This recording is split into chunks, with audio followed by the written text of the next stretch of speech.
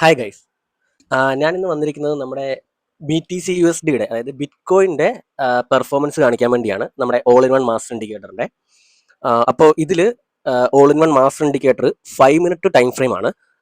നമ്മുടെ load size എന്ന് പറയുന്നത് 0.1 ആണ് കേട്ടോ. 0.1 ബേസ് ചെയ്ത് വരുന്ന ലോഡ് സൈസിന് അടിസ്ഥാനത്തിലായിരിക്കും നമ്മുടെ ഈ പെർഫോമൻസ് കാണിക്കുക.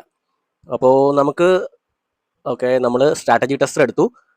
ഇപ്പോൾ ഇവിടെ സെപ്റ്റംബർ 29 മുതൽ ഡിസംബർ 13 വരെയുള്ളതാണ് കാണിക്കുന്നത്. നമുക്കൊരു ലാസ്റ്റ് 3 മന്ത്സിലെ ആദ്യം ചെക്ക് ചെയ്യാം, അതിനുശേഷം നമുക്ക് ലാസ്റ്റ് 1 ഇയറിലെ ചെക്ക് ചെയ്യാം. അപ്പോൾ നിങ്ങൾക്ക് ഇവിടെ കാണാൻ ഞാനിവിടെ ലാസ്റ്റ് 90 ഡേയ്സ് എടുക്കുന്നുണ്ട്. അപ്പോൾ നമ്മുടെ ഇവിടെ ഇത് അപ്ഡേറ്റ് ആവുന്നുണ്ടേ.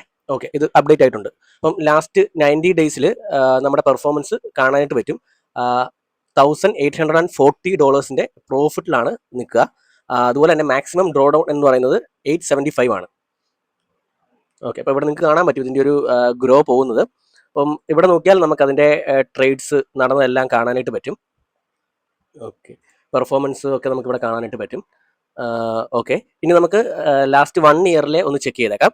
അപ്പോൾ ലാസ്റ്റ് 365 ഡേയ്സ് ഞാൻ എടുക്കുന്നുണ്ട്. ഓക്കെ, അപ്പോൾ ലാസ്റ്റ് 365 ഡേയ്സിൻ്റെ വന്നിട്ടുണ്ട്. നമുക്ക് $3,114 പ്രോഫിറ്റിലാണ് നിൽക്കുക.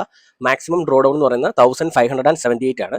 അപ്പം മാക്സിമം ഡ്രോ ഡൗൺ എന്ന് ഉദ്ദേശിക്കുന്നത് നമ്മുടെ ഏറ്റവും ടോപ്പിൽ നിന്ന് താഴെ വരെ പോയതാണ്. ശരിക്കും പറഞ്ഞാൽ നമ്മൾ ഈ പറഞ്ഞ പോലെ ഒരു ചെറിയ ഇതിൽ സ്റ്റാർട്ട് ചെയ്തൊരു ആളാണെന്നുണ്ടെങ്കിൽ നമുക്ക് മാക്സിമം താഴോട്ട് പോകാം. ഒരു $1,000 ഇട്ട് ട്രേഡ് സ്റ്റാർട്ട് ചെയ്തൊരു വ്യക്തിയാണെന്നുണ്ടെങ്കിൽ മാക്സിമം $657 വരെ താഴോട്ട് പോയിട്ടുള്ളൂ. അതിനുശേഷം ഇത് കണ്ടിന്യൂസ് മേലോട്ട് കയറിക്കൊണ്ടിരിക്കുകയാണ്, നമുക്ക് കാണാനായിട്ട് പറ്റും.